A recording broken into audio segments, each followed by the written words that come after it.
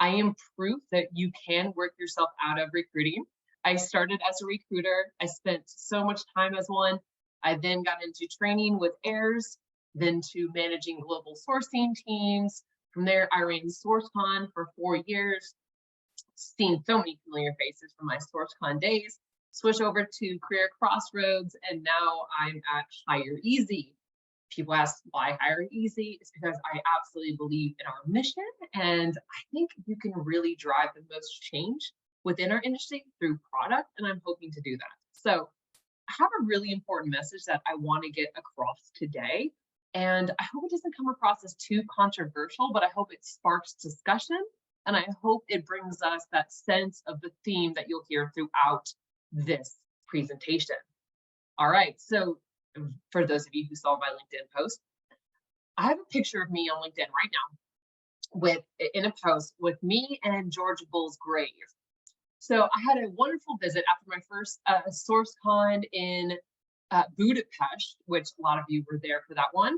I think, Vanessa, that might have been the first time we met. Jim Schneider and I, and some other people, Angie Veros, went to Greece afterwards. And then from Greece, I flew over to Ireland, specifically Cork, Ireland, where Vincent from Social Talent took me to see George Bull's grave. And that was such a cool moment for me. I think I taught many of you on St. Paul and or not the Boolean ways through my heirs training courses. And it was really cool to visit and pay my respect to the godfather of Boolean logic, George Bull. So I'm going to spark the question today. Is sourcing dead? Now, notice I'm saying sourcing, sourcers, etc. To me, it's all the same thing, right? And I honestly do believe, to start off a little bit of controversy here, that the traditional concept of sourcing has definitely met its match. And the match is technology, right? If you're still doing the long-winded and or not, I think that has officially turned over within its grave. Now, the days of sourcers tirelessly shifting through stacks of resumes, cold calling potential candidates have really faded to the past, right? List generation, stuff like that is becoming less relevant in today's economy. I remember back in the day where I would spend months, weeks getting a list of candidates together. And now with a product like ours, hireEZ, you press the button and there are all of your candidates right there in front of you, which is absolutely incredible to see. So artificial intelligence and data-driven tools have definitely reshaped the industry. It's becoming increasingly clear that the true challenge lies not in finding talent, but engaging talent. So in this new paradigm, the adage of sourcing is dead resonates as recruiters and sourcers are being compelled to transform their skill set to strategies to remain competitive in an era where responsiveness remains supreme. So I want you guys to remember that. It's not necessarily about who can find the candidate the fastest. It's going to be who can get the candidate to respond the fastest. And we've seen the headlines looming. And I posed this question almost a year ago. When this economy bounces back, the best sourcers will be the ones who know how to nurture and engage prospects. It's no longer about finding candidates. It will be about finding the right candidate at the right time, right? And this is what I'm talking about with the rise of technology. It has revolutionized the recruitment process, granting recruiters and sourcers to unprecedented access to a vast amount of talent that we traditionally wouldn't have been able to find in the past. Now, algorithms can swiftly shift through millions and millions of profiles to help us identify potential matches based on a myriad of various different criteria, right? And it's as easy as just uploading the job description and letting the AI work for you.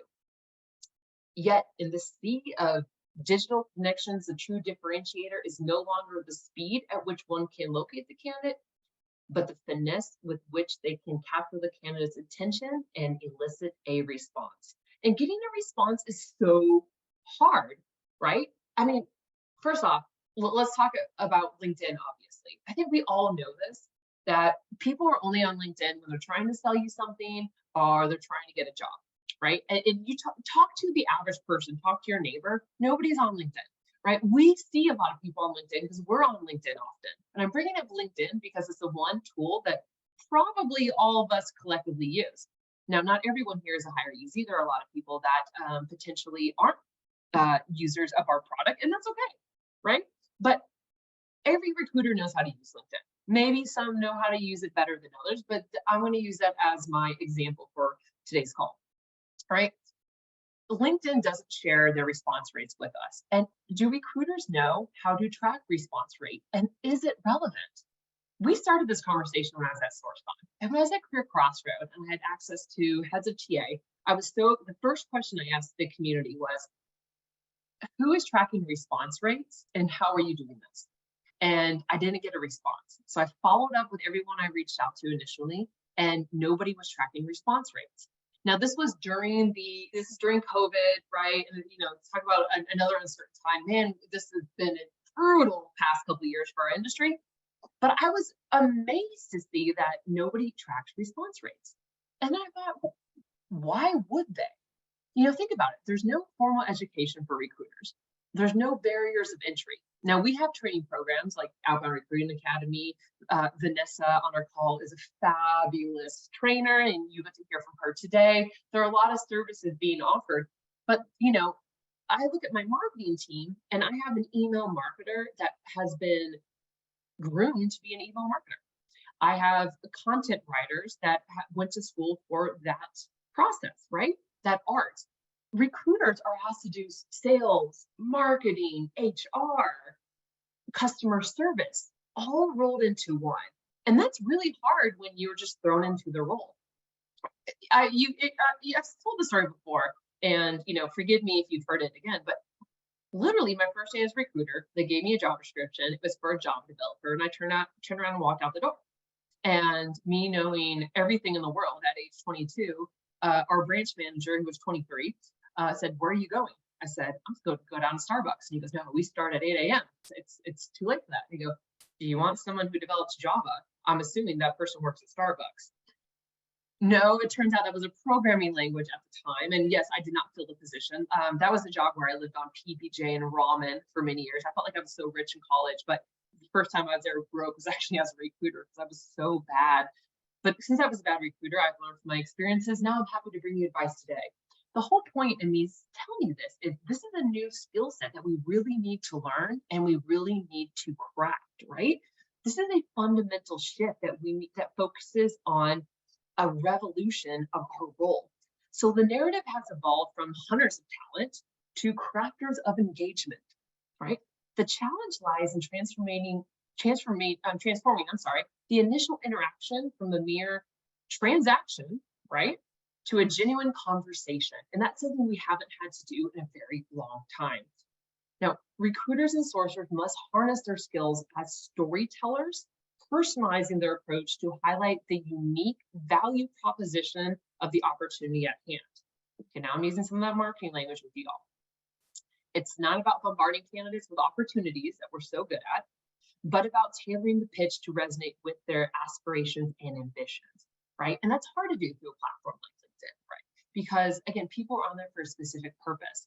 That's why I like engaging through email, because you can craft and you can customize and you can almost individually target a candidate and use a product like ours, like for GPT, to accelerate the ease of writing emails for you.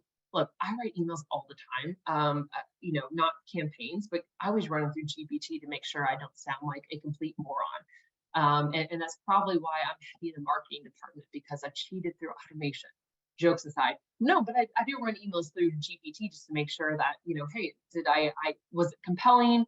Did I hit the points? Is it going to come across engaging? It's my spell checker, you name it. And the current economy is so ripe from this. And this is what this slide resonates. And I don't know if you guys saw this yesterday, but CNBC released an interesting article, and it talks about the competition within the marketplace. So we're in this kind of skills dilemma where we're not hiring, yet there's a skills shortage, and people aren't leaving their job, right? So you might be thinking, okay, well, when it's a candidate-driven market, that's when outbound recruiting is so beneficial. But in a employer-driven market, like inbound might be more of the one, or vice versa, right? Depends how you look at it. Right now, you would think inbound would be the choice because really employers can be more selective because there's a lot of people looking for work right now. But I'm going to argue against that. I don't think people are leaving their current role. So CNBC had an interesting article yesterday that talked about the cost to get someone to switch jobs has increased by 20%. So prior to a year ago, it took an average of $62,000 to motivate somebody to leave their job. Now, stop laughing right now. I know $62,000 is not going to motivate you to leave your job, but this is a national average. Today, it's $78,000.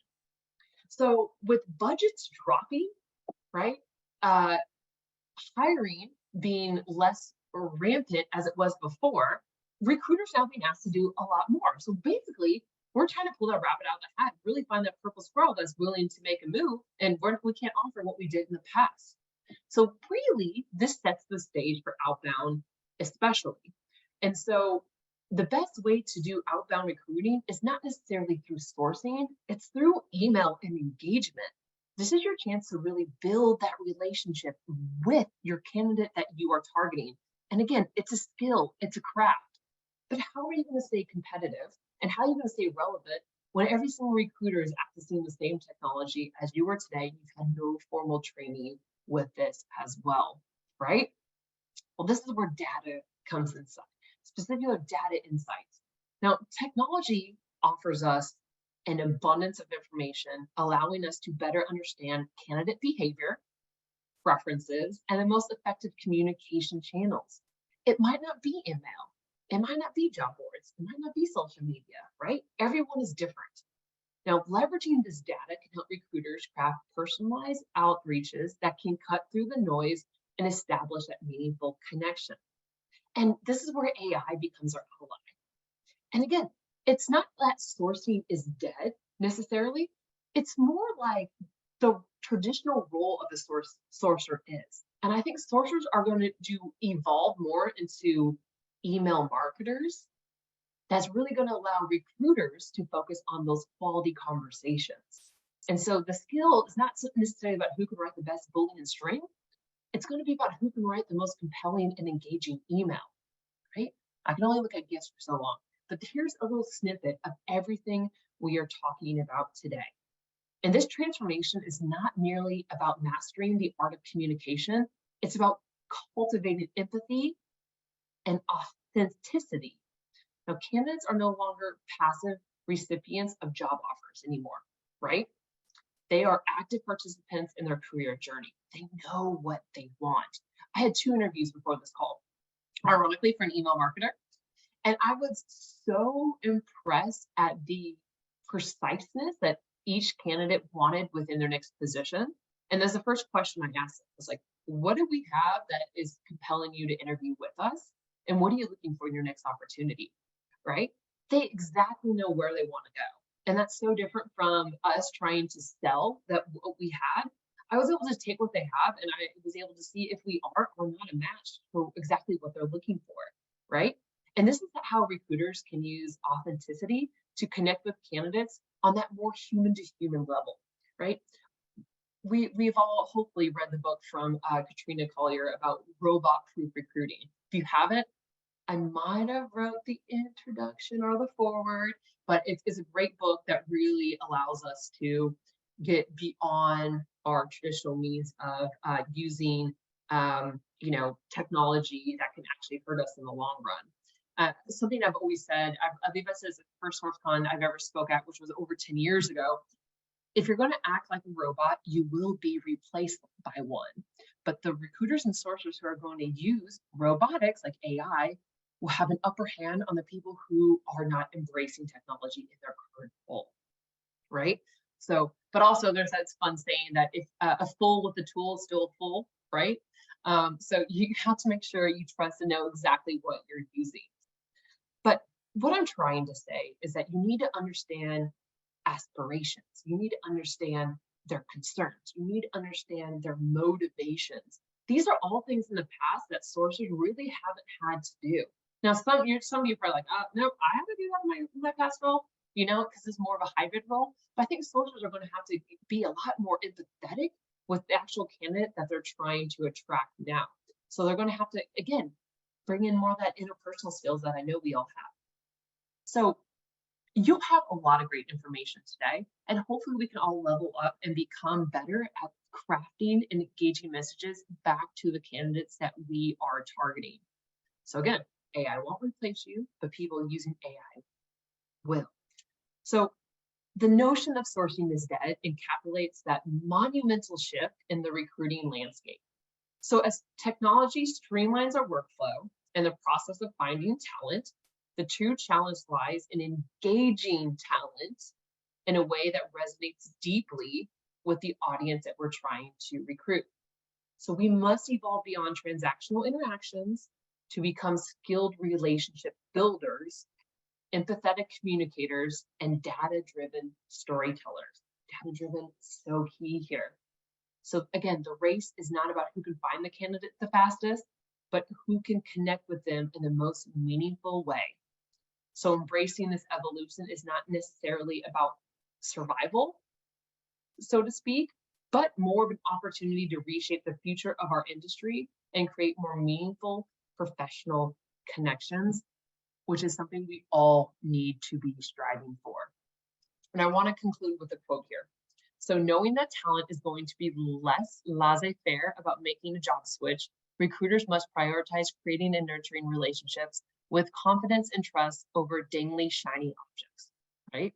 Now, our tool belt is, unfortunately, with budget cuts, our tool belt's not going to expand. It's probably going to condense a little bit and consolidate, and we're going to be able to start doing less with more. So let me continue. At a high level, this means recruiters will need to kick the habit of endless sourcing and get outside of their comfort zone and stay relevant with candidates. So that's where I wanted to conclude today. Now, I see a lot of activity in the chat, but I haven't really, I see we're sharing some things, but I feel like a lot of us are agreeing that we have to evolve into being more engaging with our candidates. Again, it's just, I think that sourcers are going to be always needed. But when I first started within this industry, sourcing really wasn't a job yet. You know, it was on high-level technology teams that really took a lot of data to come through. They were on executive level positions. In the city of Nashville that I grew up in, there was no sourcers whatsoever. It was always a hybrid role. When you started seeing more technology pave the way, like hireEZ, Intello, you know, LinkedIn, et cetera, that really paved the way for giant sourcing teams. And I think those are going to shift to more engagement teams. And so the art's going to still be there, that selection and that importance. But I think the best sourcers are going to translate to those more high-level roles. And then the sourcers who were more kind of broad are going to focus to that engagement. So if you go to our wonderful education library of Outbound Recruiting Academy, which is absolutely free and will always be free, you will see that all of our courses are on engagement, nurturing, outbound recruiting, as opposed to just sourcing.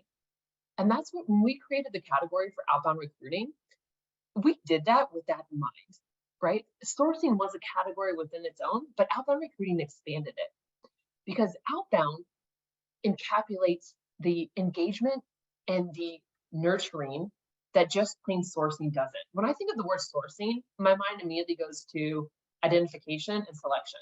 When I think of outbound recruiting, I think of more that sourcers and recruiters have control of the entire top of the funnel process.